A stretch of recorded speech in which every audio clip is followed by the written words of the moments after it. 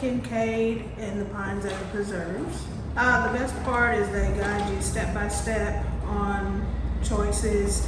I like the part of being able to choose beforehand the layout of the home before going to design. In my opinion, what sets your home apart from other builders is the way that they do things. Their process is a little bit different. I've built before with another company, and they don't pick on the upgrades, nickel and dime on the upgrades.